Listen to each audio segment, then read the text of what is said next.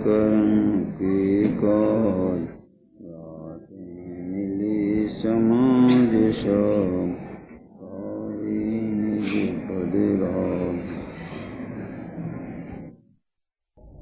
सत्य धर्म के विषय में थोड़ा सा और आगे आज प्रकरण चला रहे हैं, क्योंकि सत्य को जाने बिना आंतरिक सांची पवित्रता शौच धर्म प्रकट नहीं होता, इसलिए सत्य को जानना जरूरी है।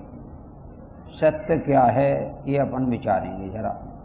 एक तो अपन बोलते हैं, बोलने का भाव, भाई जो चीज जैसी देखी हो उसको वैसी की वैसी बोल दे। और एक बोलने वाली भाषा, वाणी, जो वाणी का जो परिणमन है वो तो जड़ की क्रिया है।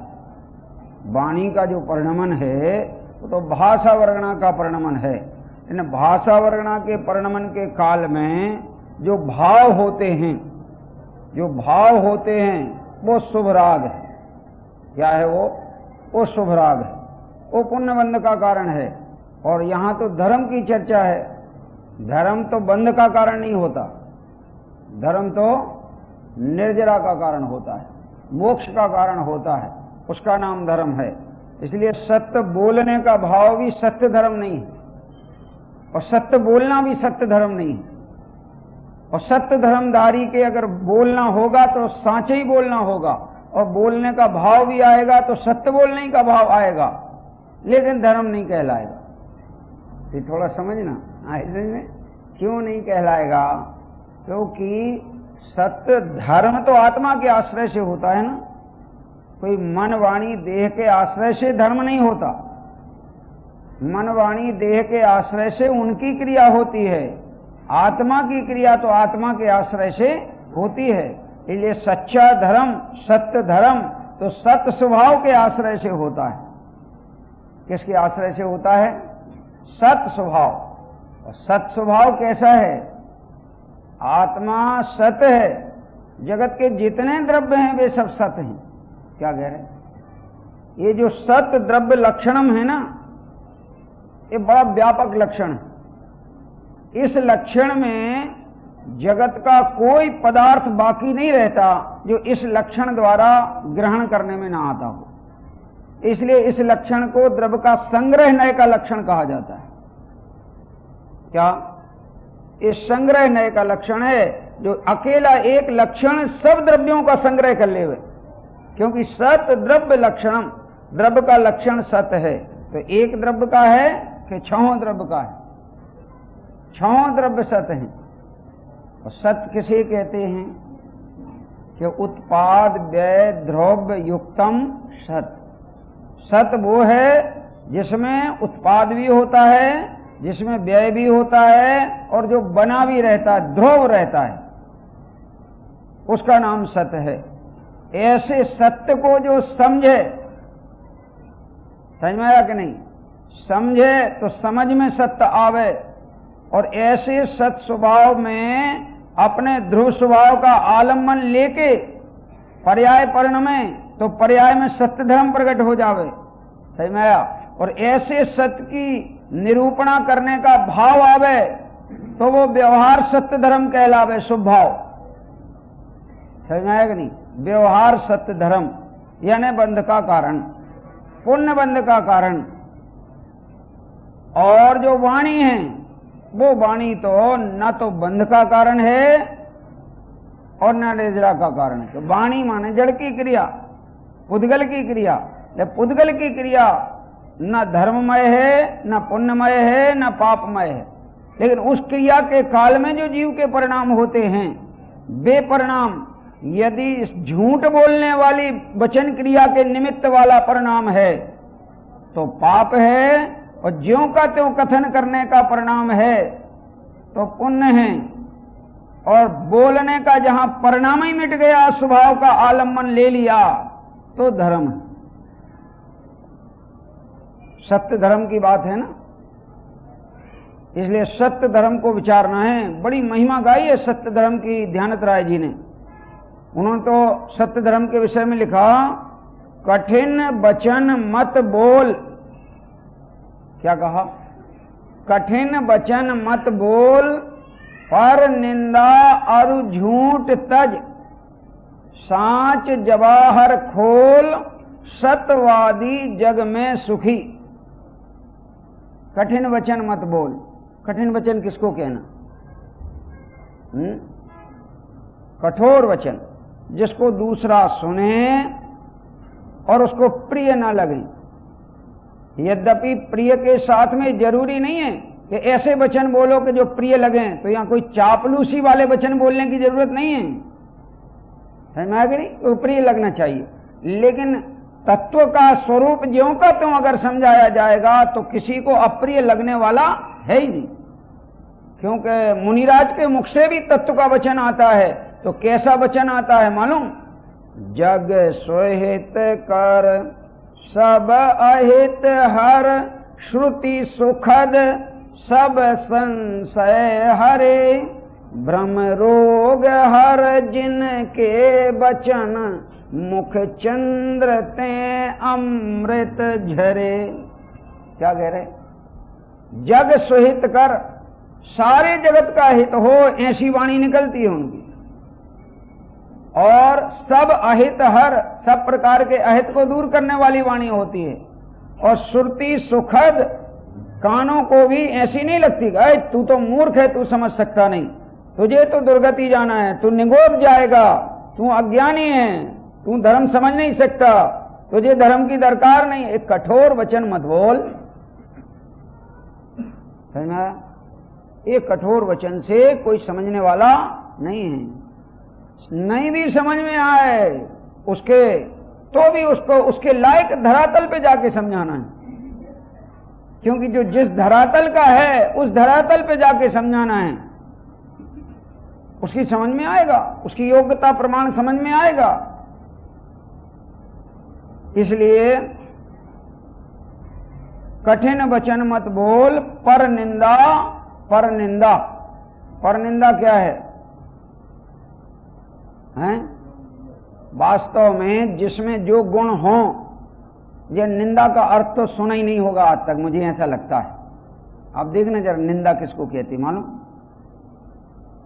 मान लीजिए यहां भाई साहब बैठे हैं और इन्होंने मैट्रिक पास किया है, समझ लेना, ये मैट्रिक पास है, और मैं इनका परिचय किसी से कराऊं तो ये तो डॉक्टरेट है, डॉक्टरेट। तो बोलो ये प्रशंसा हुई कि निंदा? निंदा हुई। तो हमने तो बड़ा चढ़ा के कहा है भाई, निंदा कहां से हो गई? ये निंदा ही है। कम अकल वाले को बृहस्पति बोल दो तो प्रशंसा है कि निंदा है? और वे मैट्रिक पास हैं और हमने बोल दिया ये तो अंगूठा छाप, पढ़े लिखे नहीं, तो प्रशंसा हुई कि निंदा हुई? निंदा हुई। तो प्रशंसा क्या है कि मैट्रिक पास हैं, तो मैट्रिक ही पास बताओ। ज्यों का त्यों कथन करने का नाम प्रशंसा, और बढ़ा के बोलना और घटा के बोलना उसका नाम निंदा। समझ में आया? ना बढ़ाकर बोलो ना घटाकर बोलो, क्योंकि सम्यक ज्ञान में 3 शर्तें हैं। सम्यक ज्ञान में 3 शर्तें हैं। रत्नकरण श्रावकाचार्य में समंत्र भद्राचार्य ने वो 3 शर्तें लिखी हैं सम्यक ज्ञान की। अन्यूनम, कथन तुम्हारा वस्तु स्वरूप का न्यून ना हो, न्यून माने कम ना हो। अनतिरिक्तम, ज्यादा ना हो। याथा तथ्यम, ज्यों का त्यों हो, और बिना च विपरीतात, और विपरीत ना हो।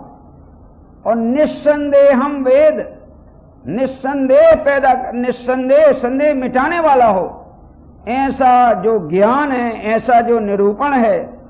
तब ज्ञानम आगम आगमना, आगम के जानकार ने उसको ज्ञान कहा है। समझ में आया कि नहीं? वो सम्यक ज्ञान है। अंग्रेजी में एक कहावत है, सुना आपने? बी वाइज, हैं?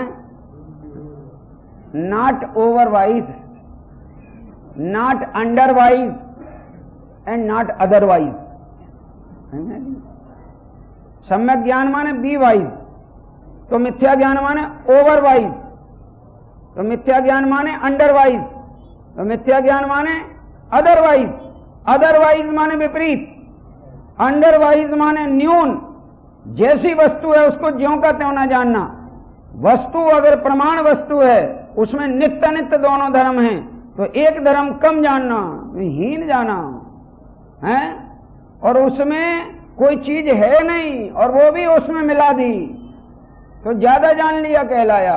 जो वस्तु में है नहीं वो कल्पना भी तुमने अपनी तरफ से कर ली, ऐसे में उसको कहते हैं बढ़ा चढ़ा के कहना।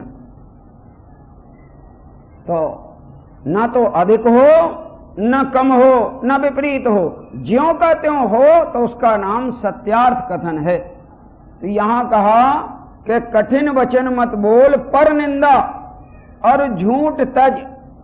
वस्तु स्वरूप जैसा है और जहां जिस प्रयोजन से जो कहा गया है उसको उसी प्रयोजन से निरूपण करने का नाम साच है, अन्य प्रयोजन से निरूपण करने का नाम झूठ है।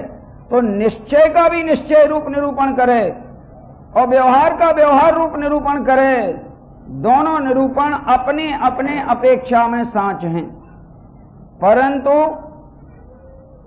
दोनों को एक सा साच भी नहीं मानना।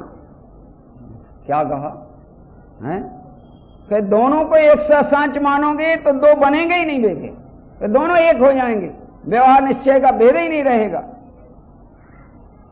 क्योंकि व्यवहार व्यवहार में साचा कहलाता है, लेकिन उससे संसार चलता है, मोक्ष मार्ग नहीं चलता है। क्या कहा? व्यवहार से क्या चलता है?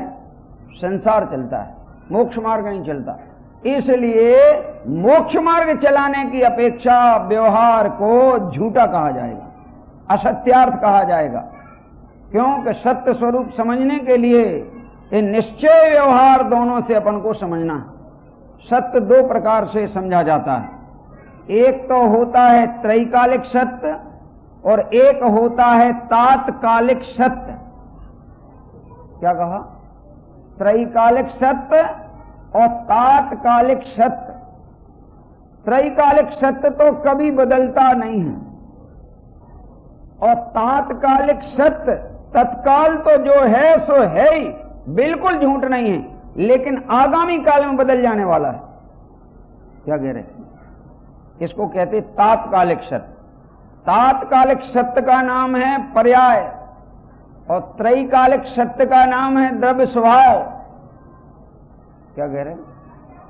त्रैकालिक सत्य वो द्रव्य स्वभाव, त्रिकाल रहने वाली चीज है, और पर्याय जो है वो तत्काल अपने अपने समय में रहने वाली है, लेकिन वो झूठ नहीं है। समुद्र है ना, समुद्र, जरा ध्यान से सुनना। समुद्र लहरों वाला होता है कि बिना लहरों का?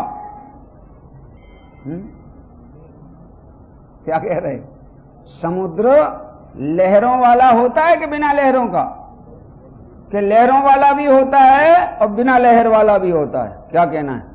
और पूरा समुद्र होता है और दोनों लक्षण समुद्र के हैं। क्या कह रहे? लेकिन इस दोनों की अनुभूति एक साथ नहीं होगी। क्यों नहीं होगी? लहरों की अनुभूति करोगे तो ऊपर रहना होगा और ऊपर रह करके जब तैरोगे तो लहरों की अनुभूति होगी, और अगर लहरों की अनुभूति से भी बचना है और शांति की अनुभूति करना है तो लहरों के काल में भी, समझ में आएगी नहीं? कितना ही लहरें उठ रही हों, लेकिन जो डुबकी लगा जाए उसे बोलिए लहरों का अनुभव होगा कि अथाह समुद्र, गंभीर समुद्र, शांत समुद्र का अनुभव होगा, हैं? शांत समुद्र का अनुभव होगा। तो वो जो समुद्र में किसी ने शांति का अनुभव किया, वो शांत स्वरूप समुद्र है कि नहीं है? और कोई ने ऊपर आकर लहरों का अनुभव किया तो समुद्र में लहरें हैं कि नहीं हैं? तो इनमें दोनों दृष्टियों से समुद्र का स्वरूप अगर देखा जाए तो कोई भी स्वरूप का कथन झूठा नहीं। लेकिन परंतु ही को लेकिन बोलते हैं, समझ आएगी ना? समझ आएगी नहीं? परंतु दोनों सच होने पर भी हमारा तो जिससे प्रयोजन सद है हम उसको सच कहते। समझ में आया कि नहीं? और जिससे अपना प्रयोजन ना सधे हम उसको सच नहीं मानते। समझ में आया कि नहीं? तो लहरों में अगर मैं तैरता हूं तो अशांति और डूबने की आशंका रहती है। समझ में आया कि नहीं? और अंदर गहरे में डुबकी लगा जाता हूं तो अंदर शांति का अनुभव होता है। इसलिए जो अंदर की शांति है वो वास्तविक सत्य है, और जो लहरों पर तैरते रहना है वहां सत्य भले हो लेकिन अपना प्रयोजन नहीं सकता है, इसलिए हम उसको झूठ कहते हैं। क्या कहा? द्रव्य का स्वभाव जो द्रव्यार्थ न्याय का विषय वो ध्रुव है, पर्याय स्वभाव जो पर्यायार्थिक न्याय का विषय वो अध्रुव है। तो द्रव्य ध्रुव है कि अध्रुव है? तो उभय रूप है। ध्रुव कहना भी सत्यार्थ है और अध्रुव कहना भी सत्यार्थ है, परंतु समझ में आ रही नहीं बात है ना? तो परंतु इसे बस काम बन जाएगा आपका, समझ लेना। ये है दोनों सत्यार्थ होने पर भी वो जो पर्याय की सत्यता है बदलने वाली है। जो सत्य बदल जाए वो सत्य अपनाने लायक नहीं है। जो बदल जाए वो सत्य अपनाने लायक नहीं है, बदलता है। इसलिए जो ना बदले वो अपनाने लायक है। तो पर्यायें तो बदलती हैं, निर्मल अरे विकारी पर्यायें तो बदलती हैं, संयोग तो बदलते हैं, निर्मल पर्यायें भी बदलती हैं, विकल्प भी बदलते हैं। समझ में आया? लेकिन ज्ञायक आत्मा भगवान आत्मा कभी बदलता है ना कि नहीं? तो हमारा प्रयोजन किसके आश्रय से सदेगा? आत्मा के आश्रय से सदेगा। इसलिए आचार्य दो तरीके से ये बातों को समझाएंगे। त्रैकालिक सत्य के सहारे से समझाएं तो त्रैकालिक सत्य को समझकर आश्रय लेने के लिए समझाया। क्या कहा? त्रैकालिक सत्य काय के लिए समझाया? आश्रय लेने के लिए समझाया। और तात्कालिक सत्य समझाएं तो तात्कालिक सत्य को सावधानी से समझकर उस पर्याय रूप में स्वीकार करके उसके आलम्बन नहीं लेना, क्योंकि उसका आलम्बन लोगे तो वो ही चली जाएगी, तो आलम्बनहीन हो जाओगे। समझ में आएगी? इसलिए आलम्बन लेने लायक तो त्रैकालिक सत्य है। और जो बदल जाए, आपके यहां ईमानदारी की परिभाषा क्या है? जो बदले वो कौन कहलाता है? ईमानदार के बेईमान। और जो ना बदले वो कौन कहलाता है? ईमानदार। अब आप ये बताओ, जितने संयोग हैं ये रहेंगे कि बदल जाएंगे? नहीं? क्या कह रहे? बदल जाएंगे। तो संयोगों में विश्वास करना, संयोग तो बेईमान है और इनमें तुम विश्वास करो तो तुम्हारी दृष्टि भी कौन कहलाएगी? जो बेईमानों में विश्वास करे उसकी दृष्टि भी बेईमान। संयोग बदल जाने वाले हैं। वर्तमान की जो संयोग हैं वे तो बदलेंगे। ये निकटवर्ती शरीर का संयोग है वो भी बदलेगा। विकार का जो संयोग है पर्याय में वो भी रहेगा कि बदलेगा? वो तो बदलेगा। निर्मल पर्यायें जो हैं वे भी रहेंगी कि बदलेंगी? वे भी बदलेंगी। सब संयोग है। और आत्मा का स्वभाव असंयोगी है। कैसा है? असंयोगी है, कभी बदलने वाला नहीं है। तो किसका आश्रय लेना? आत्म स्वभाव का आश्रय लेना। तो अब ये बात तो समझ में आई कि निरंतर उद्यम एक करना। क्या करना? कि आत्म स्वभाव का आश्रय लेना। अब आपका एक प्रश्न बचेगा कि हमारे समझ में बिल्कुल आ गया, मेन मार्ग और मंजिल दोनों समझ में आ गए, लेकिन हमारे सामने एक प्रश्न है कि हमें तो यही करना है कि एक मंजिल का आश्रय लेना, मंजिल पाने के लिए जो मार्ग बताया है वही करना है, दूसरा कुछ नहीं करना है। लेकिन हमारा तो कमजोरी के कारण विकल्प मिटता नहीं और हम तो अपने स्वभाव का आश्रय ले ही नहीं पाते, तो क्या करें? क्या करें?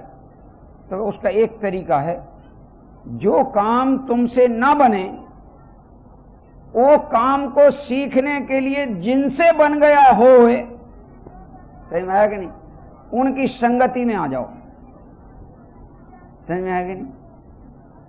अमृतचंद्राचार्य तो ये लिखेंगे कि इस जीव को आज तक एकत्व विभक्त आत्मा सुलभ क्यों नहीं हुआ, तो 3 कारण लिखे।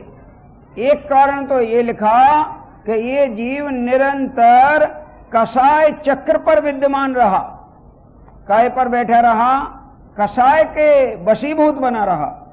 दूसरा कारण ये लिखा कि स्वयं वस्तु का स्वरूप जाना नहीं, स्वयं के अनात्मज्ञता बनी रही। और तीसरा कारण ये लिखा कि आत्म स्वरूप को जानने वालों की संगति की नहीं। क्या कहा? इसलिए एकत्व विभक्त आत्मा समझ में, तो आत्म स्वरूप के जानने वालों की संगति करना कि नहीं करना? अभी तो हमने ये समझाया कि संयोग तो सब है। बड़ी परेशानी लगती है हमको तो, आप तो एक क्षण में बदलते हो। देखो टोडरमल जी ने ये शैली अपनाई है ये मोक्ष मार्ग प्रकाशक में।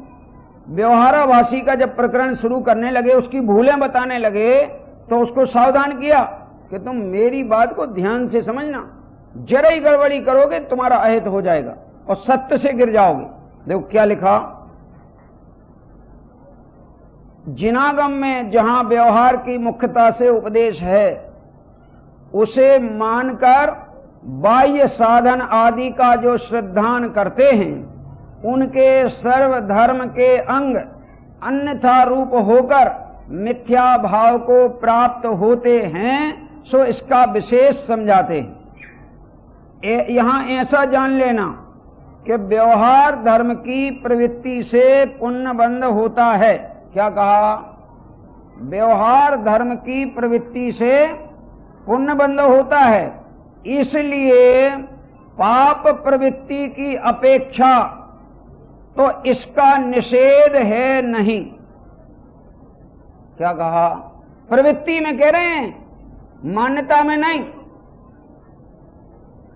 पाप प्रवृत्ति की अपेक्षा इसका निषेध है नहीं, और अब निषेध ही करने वाले हैं जो समझाएंगे। पर क्या निषेध करेंगे? प्रवृत्ति निषेध करेंगे कि उस प्रवृत्ति में धर्म मानने का निषेध करेंगे? क्या निषेध करेंगे? हैं? तो साहब अभी तो पंडित जी लिख रहे हैं ना, सो ऐसा जानना कि जो व्यवहार धर्म की प्रवृत्ति है उससे पुण्यबंध होता है, सो इसलिए पाप प्रवृत्ति की अपेक्षा इसका निषेध है नहीं। परंतु देखो आ गया, परंतु आया कि नहीं? परंतु देखो साहब, परंतु आया। आप सुनना सावधानी से, परंतु का कह रहे हैं, और वो परंतु को ध्यान में रख के श्रद्धांत सुधारना। प्रवृत्ति बिगाड़ने के लिए नहीं कहा गया है उसको ये वगैरह। समझ में आया कि नहीं? इसलिए परंतु यहां जो जीव व्यवहार प्रवृत्ति से ही संतुष्ट होकर सच्चे मोक्ष मार्ग में उद्यमी नहीं होते, उन्हें मोक्ष मार्ग में सन्मुख करने के लिए उनकी शुभ रूप मिथ्या प्रवृत्ति का निषेध रूप निरूपण करते हैं।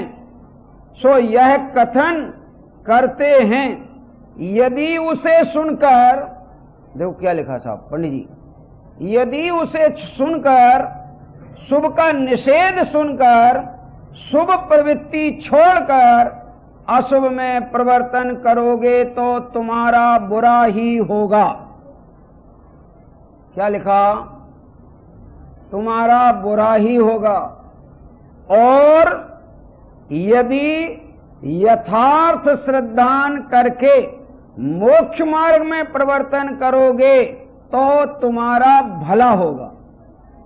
इसलिए जैसे कोई रोगी निर्गुण औषधि का निषेध सुनकर, निर्गुण औषधि माने जे औषधि तुम्हें लागू नहीं है, ऐसा डॉक्टर ने कहा ये दवाई मत खाओ, इसको बंद कर दो। डॉक्टर ने ये कहा ये दवा बंद कर दो क्योंकि तुम्हारे लिए गुणकारी नहीं है। तो निर्गुण औषधि का निषेध सुनकर औषधि साधन करने ही छोड़ देवे, और कुपथ सेवन करे तो मरेगा। समझ में आया? उसमें वैद्य का कुछ भी दोष, निषेध करने वाले का कुछ भी दोष नहीं है। उसी प्रकार कोई संसारी जीव पुण्य रूप धर्म का निषेध सुनकर, देखो क्या लिखा, पुण्य रूप धर्म का निषेध सुनकर यदि धर्म साधन छोड़कर विषय कषाय रूप परिवर्तन करेगा तो नरक आदि के दुख पाएगा। उसमें उपदेश दाता का दोष है नहीं, क्योंकि उपदेश देने वाले का अभिप्राय, तो जरा ख्याल करना क्या कह रहे, उपदेश देने वाले का अभिप्राय तो असत्य श्रद्धान छुड़ाना था। क्या था? असत्य श्रद्धान छुड़ाना था कि प्रवृत्ति छुड़ानी थी? बोलो क्या कहना? क्या छुड़ाना था? श्रद्धान छुड़ाना था कि आप आए मंदिर जिनेंद्र के दर्शन किए तो इसमें शुभराग हुआ, पुण्य हुआ, धर्म नहीं हुआ। तो ध्यान रखना, जिनेंद्र के दर्शन करने आने में शुभराग होता है, धर्म नहीं होता है। धर्म मानना छोड़ देना, तो धर्म मानना छोड़ देना कि मंदिर आना छोड़ देना? बोलो क्या कह रहे हैं? छोड़ा क्या रहे हैं? क्या छोड़ा रहे? मान्यता। धर्म माना था ना, तो मंदिर आया धर्म हो गया। मंदिर आने में धर्म हो तो मंदिर में तो चूहे भी घूमते रहते हैं। क्या कह रहे? चिड़ियां भी आती है, धर्म होता होगा तो तुम्हें कहां से हो जाता है धर्म? तो यही तो हम कह रहे हैं, इससे हम आएंगे नहीं। तो तुमको धर्म करने को चांस भी अनंत काल मिलेगा नहीं।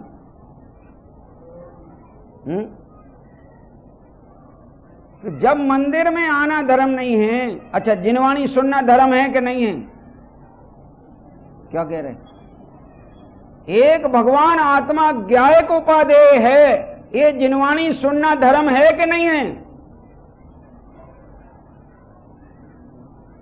क्यों साहब? धर्म है कि राग है? राग है तो हे है कि उपादेय है? तो सुनना कि नहीं सुनना? हे वाह वाह वाह गजब, नहीं सुनना सुनना, हे है वो तो। अरे तुम जानते नहीं भैया, हे है का मतलब प्रवृत्ति नहीं छुड़ा रहे, वो में धर्म मान रहे हो तो भ्रम छोड़ देना है धर्म का। हे में धर्म ना था, ना है, ना होगा। चलो, और छोड़ दोगे तो तुमको धर्म 3 काल में समझ में नहीं आएगा, जीवन में तो उतरने की दूर रही बात।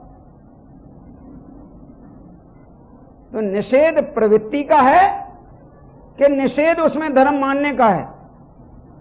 टोडरमल जी साहब ने एक प्रश्न उठाया 9वें अधिकार में कि तत्व पदार्थ नो क्यों कहे?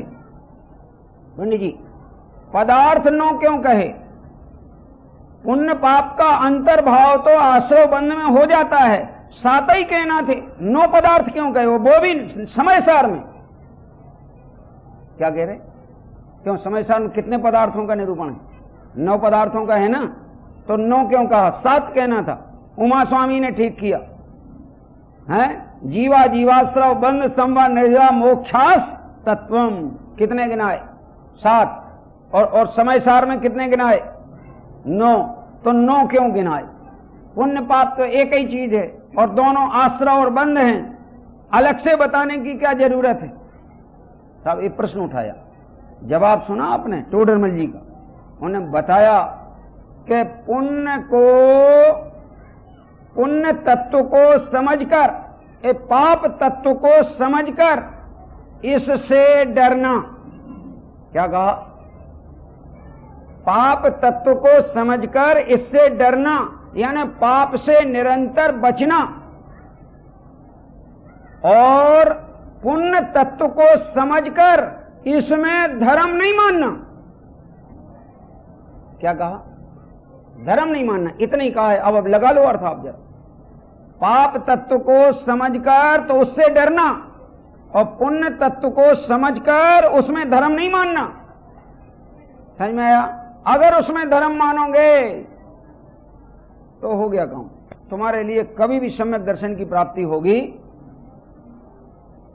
ऐसा समझाया है। इसीलिए दो को न्यारा न्यारा बताया। दोनों को एक ही कहना था ना उनको, एक किया है, पर आश्रव की अपेक्षा जब निरूपण किया तो दोनों आश्रव हैं, दोनों बंध के कारण हैं, दोनों संसार के कारण हैं, दोनों एक चंडाली के पुत्र हैं। क्या कहा है? दोनों ही चंडाली के पुत्र हैं, वेदनी कर्म के पुत्र हैं दोनों, दोनों हैं। परंतु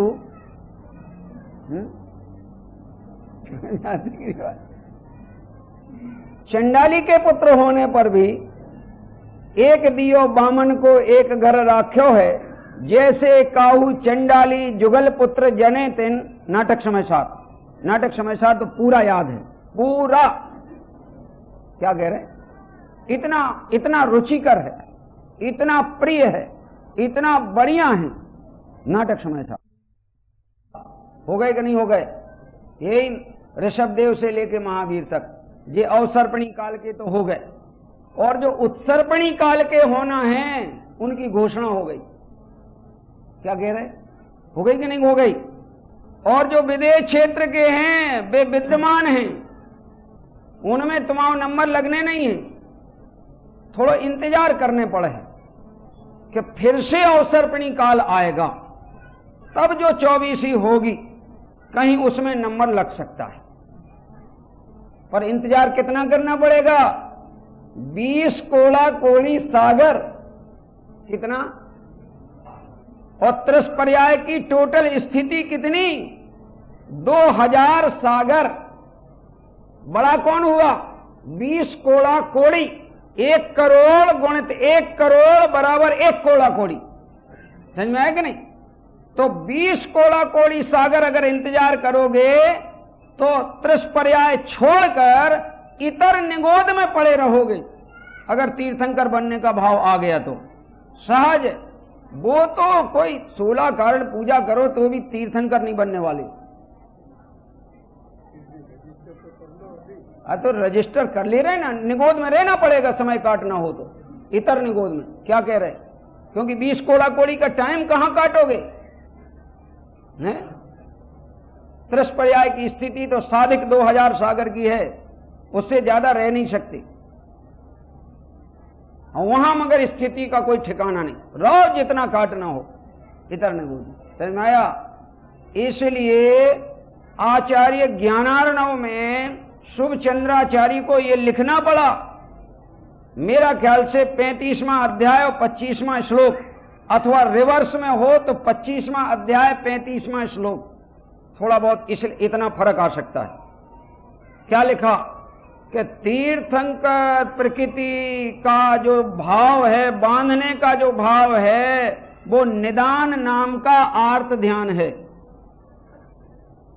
इच्छा करे ना कोई मुझे तीर्थंकर प्रकृति बन जाए, वो निदान कर रहा है। कौन सा?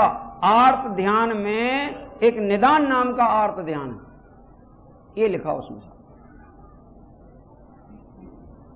इसलिए आचार्य कहते जरा सावधानी से समझना, हर बात बिल्कुल यहां भी कह रहे हैं कि तुम्हें हम जो उपदेश दे रहे हैं तुम गड़बड़ मत करना, अभिप्राय सुधारना, आचरण नहीं बिगाड़ना। और आचरण में भी अगर छोड़ने की बात हो तो बीतराग दशा हो तो आचरण में तो छोड़ना नहीं पड़ता, छूटे बिना रहता।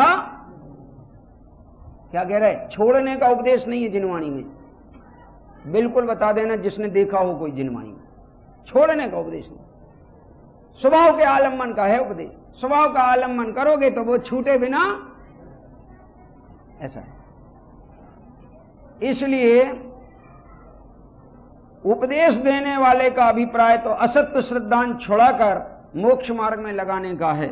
इसी प्रकार से जब निश्चयावासी की भूलें बताई तो फिर ये सावधान किया कि देखो भाई, अब देखो निश्चयावासी को भी सावधान किया, हम बताएंगे भूल, लेकिन तुम्हें गिराने के लिए नहीं बताएंगे। क्या? तुम जिस अवस्था में हो और वहां मिथ्या श्रद्धान लिए बैठे हो तो वो अवस्था की तुम्हारी प्रवृत्ति मिट जाए, इसके लिए नहीं कह रहे, मगर और ऊपर चढ़ करके श्रद्धान निर्मल हो जाए, और बाप व्यवहार प्रवृत्ति भी अगर मिटती हो तो मिट जाए चिंता नहीं, मगर तुम्हारी प्रवृत्ति वीतराग में ही हो जाए तो मिट जाए चिंता नहीं। टोडरमल जी ने लिखा इसमें संवर अधिकार में और निर्जरा वाले में, संवर तत्व की भूल के अंतर्गत लिखा, जब तक वीतराग ज्ञाता दृष्टा दशा न हो तब तक, यही शब्द है, मैं निकाल के दिखाऊंगा इसमें से व्यवहार वाली प्रकरणी में, प्रशस्त राग रूप प्रवर्तन करो, क्या कहा, करो, परंतु तुरंत ही सावधान किया, परंतु इस प्रवर्तन को शुभ राग जानो, बंध का कारण जानो, मोक्ष का घातक जानो, मोक्ष मार्ग मत मानो। क्या कहा, फिर प्रवर्तन काय को करें, तो क्या मत करो, प्रवर्तन मत करो, तो कहां करना, वीतराग स्वभाव में करो। है दम करने की, 24 घंटे वीतराग स्वभाव में रहने की, अंतर मुहूर्त रह जाओ तो तुम्हारा काम हो जाए। पर अंतर मुहूर्त रहने के लिए आदिनाथ को 1000 वर्ष लग गए, बाहुबली को 1 वर्ष लग गया, भरत चक्रवर्ती को अंतर मुहूर्त लगा, और भरत चक्रवर्ती एक ही होता है अनंत काल में। क्या कह रहे, महावीर भी एक ही होता है अनंत काल में, 2 महावीर नहीं होते और 2 भरत चक्रवर्ती नहीं होते। इसलिए तुम कोई भ्रम से भरत चक्रवर्ती बनने की भ्रांति मत रखना, ऐसा है। हाँ, हम भी भरत चक्रवर्ती बनेंगे। टोडरमल जी ने गजब किया है, गजब समझाया है। उनका एक ग्रंथ है सम्यक ज्ञान चंद्रिका, गोमटसार, लब्धिसार, छपणासार की टीका, 3308 छपे पेज में है। इतनी बड़ी टीका बनाई पंडित जी ने। उस टीका में जब प्रारंभ में प्रस्तावना लिखी तो 70 पेज की प्रस्तावना, 70 पेज की, उस प्रस्तावना में वो छपी है, प्रस्तावना छपी है, गोमटसार पीठिका के नाम से वो प्रस्तावना छपी है, जयपुर से छपी। उसमें पंडित जी ने प्रश्न उठाया कि तुमने जो किया क्या है, 3300 पेज लिखने में तुम्हें टाइम कितना लगा होगा, तुम क्या करते रहे, उलझे काय में रहे आए, और इतना काम करने के बाद भी इतना, हमें तो पढ़ने तक की फुर्सत नहीं, तुमने लिखने को टाइम कैसे निकाल लिया। लिखने को 1 लाइन लिखना हो तो 2 घंटे चाहिए, चिंतन करके आगम से मिला के तब लिखा जाता है, समझ में आया। बोलना हो तब तो 1 मिनट में 25 लाइन बोली जा सकती, लेकिन लिखना हो तो 25 मिनट में 1 लाइन लिखना मुश्किल है। तो कितना समय लगाया, और फालतू का लिखवे भी क्या बैठे, करणान योग, गोमटसार, लब्धिसार, छपणासार, उसकी सम्यक ज्ञान चंद्रिका नाम की टीका, और फिर प्रस्तावना में लिख रहे हो कि देखो भाई इसके अभ्यास में तुम प्रवर्तन करना। तो सबको समझाने तैयार हुए। तो वहां एक जन बोला, अब यहां कोई चरणान योग का पक्षपाती कहेगा कि इतना बड़ा ग्रंथ पढ़ने कौन बैठे, कौन विकल्पों में उलझे, कुछ शुभ आचरण करेंगे तो कुछ फल लगेगा, एक पढ़ने में क्या रखा है। पंडित जी ने जवाब दिया कि रे स्थूल बुद्धि है, क्या कहा, रे स्थूल बुद्धि, तूने कहा सो तो ठीक, ये थी उनकी शैली। तूने कहा सो तो ठीक कि कुछ आचरण करें, परंतु, फिर कोई परंतु लगाया उन्होंने। ये मैं उनकी ज्यों की तो याद है ना, ज्यों के तो फकरा ही याद है बिल्कुल, ज्यों की तो वही बता रहा हूं, जैसा लिखा वैसा। परंतु तत्व निर्णय बिना ये व्यवहार तेरा जो आचरण है, शुभ आचरण, वो ऐसा है जैसे अंक बिना बिंदी रखना। अंक मत लिखो और बिंदी रखो, बोलो कितना हो जाएगा, कुछ होने वाला है। और तत्व निर्णय बिना, तत्व का निर्णय ये जिनवाणी के अभ्यास बिना ऐसे है जैसे बंध्या के पुत्र का होना। क्या लिखा, क्यों, क्योंकि इसमें सामान्य का विशेष वर्णन आया है, इसलिए तू इसके अभ्यास में प्रवर्तना सर्वथा निरुद्यमी नहीं होना, उसको सन्मुख किया। पीछे द्रव्यान योग का पक्षपाती पहुंचा कि आप फालतू के विकल्पों में उलझा रहे हैं, आत्मा का अनुभव करने की बात मेन है, वो ही करना, और उसी करने में आत्मा को फायदा है, विकल्पों में उलझने में कोई फायदा नहीं है। इसलिए ये ग्रंथ हम काहे को पढ़ें? तो पंडित जी कहते रे सूक्ष्माभास, क्या कहा? रे सूक्ष्माभास, तूने कहा सो तो ठीक। अब बढ़िया पंडित जी की शैली। इसके बाद क्या कहा होगा? परंतु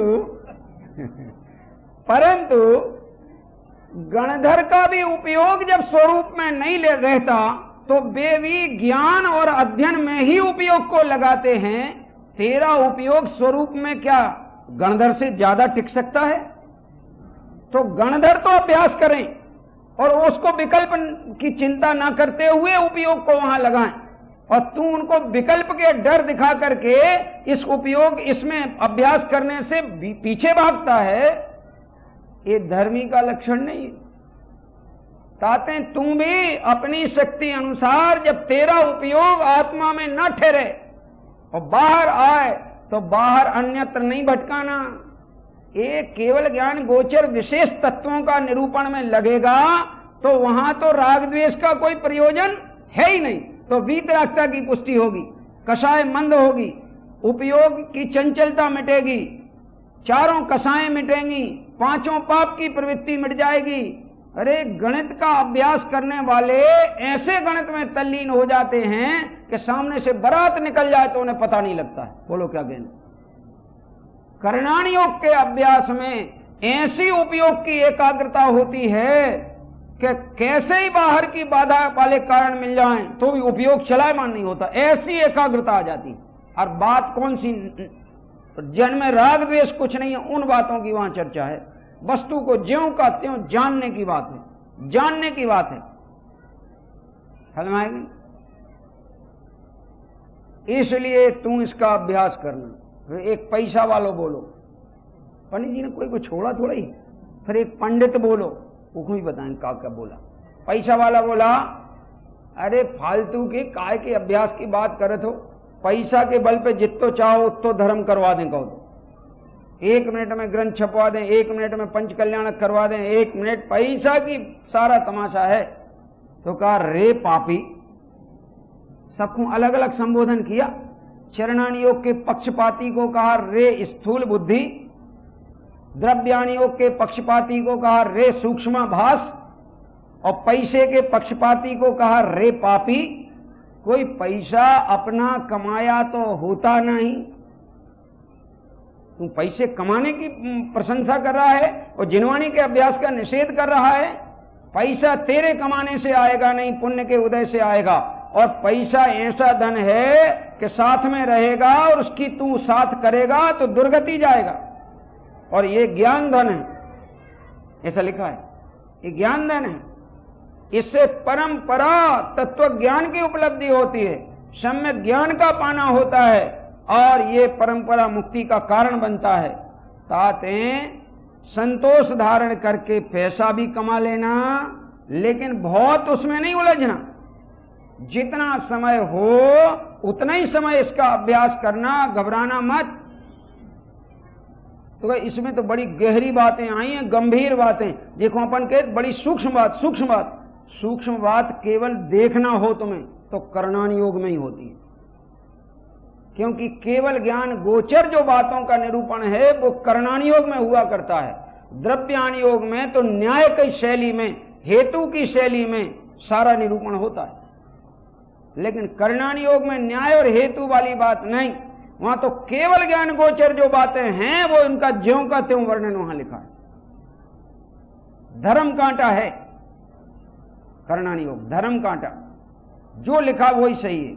उसमें कोई आगे पीछे हीना दिखता अपेक्षा फपेक्षा बात नहीं आ पाएगी। बस इस गुण स्थान में यही दशा होती है, ऐसे ही परिणाम होता है, ऐसे ही व्यवहार होता है, अन्य व्यवहार हो सकता ही नहीं। ऐसा निमित्त निमित्त का ज्ञान कराता है। उसमें पंडित जी ने कहा कि भाई तत्व निर्णय में ये साधक चीजें हैं, इनमें तुम अपना उपयोग लगाना।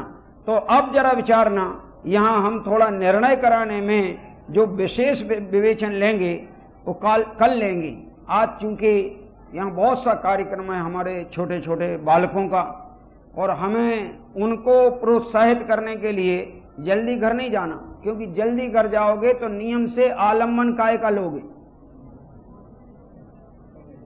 या तो बिस्तर का या टीवी का। दो ही आलम्बन है इस काल में, इस युग को, और कोई आलम्बन बचे भी नहीं। पर टीवी के जरूर 3 भेद हो गए, दूरदर्शन क्यों, और ऐसे कई भेद हो गए, और इन भेदों का आलम्बन ले रहा है। और यहां इन भेदों में नहीं अपन को अटकना। ऐसा हो गया है तुम, अभी तेरी सामर्थ्य तो इतनी है कि रोज अगर एक लाइन का अभ्यास करे तो द्वादशांग का पारगामी हो जाए, इतनी बड़ी जिंदगी तेरे पास है। बहाना मत बना। तेरा क्षेपसम ऐसा है कि सैकड़ों को ठग कर अपना प्रयोजन साध लेवे, पर वो लौकिक प्रयोजन साधता है। यहां निज का प्रयोजन साधने के लिए, उपयोग को निर्मल करने के लिए तू ये विशेष तत्व निर्णय में अपना उपयोग लगा, तो तेरा तत्व ज्ञान निर्मल होता चला जाएगा। और तत्व ज्ञान की निर्मलता ज्यों ज्यों बढ़ेगी त्यों त्यों तेरे दर्शन ज्ञान चार्ट की प्रगटता का काल निकट निकट आता चला जाएगा।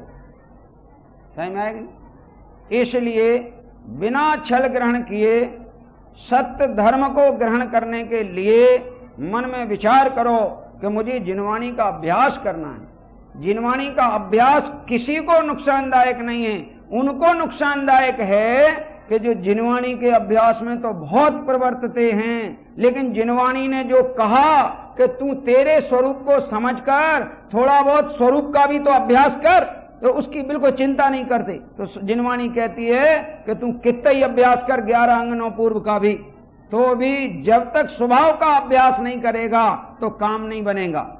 और जिनवाणी पर यह कहती है कि तू स्वभाव का बहाना अकेला बनाकर और धर्म जिनवाणी के अभ्यास को विकल्प ठहराएगा तो तेरा बुरा होगा, क्योंकि सामान्य ज्ञान से विशेष ज्ञान ही बलवान होता है। समझ में आया? इसलिए इसके अभ्यास में प्रवर्तना और सत्य तत्व का बारीकी से निर्णय करना।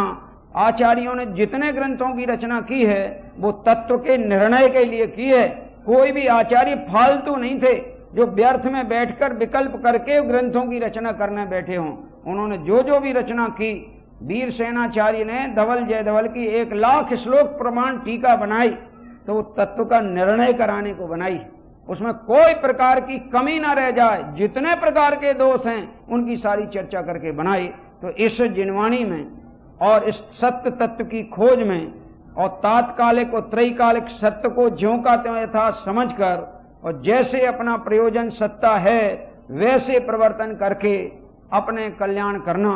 इसलिए आज सत्य धर्म की बात मैं थोड़ी जल्दी विराम दे रहा हूं, क्योंकि आज बालकों का विशेष प्रोग्राम और लंबा प्रोग्राम है, और आप सब उनका प्रोग्राम देखिए और उन्हें प्रोत्साहित कीजिए, लाभ लीजिए। तो कहा नहीं जा सकता, वैसे तो लाभ भी मिलेगा, समझ में आया, लेकिन कम से कम आपको लगे कि इनमें क्या है, हमें क्या दे सकते हैं। तो इतना ही है कि तुम बैठे रहो तो उनको तुम्हारा प्रोत्साहन मिल जाए, यही बड़ी बहुत है, हैं? तो इसलिए यहाँ ये बात यहीं समाप्त होती है। विशेष चर्चा इसकी आगे करेंगे।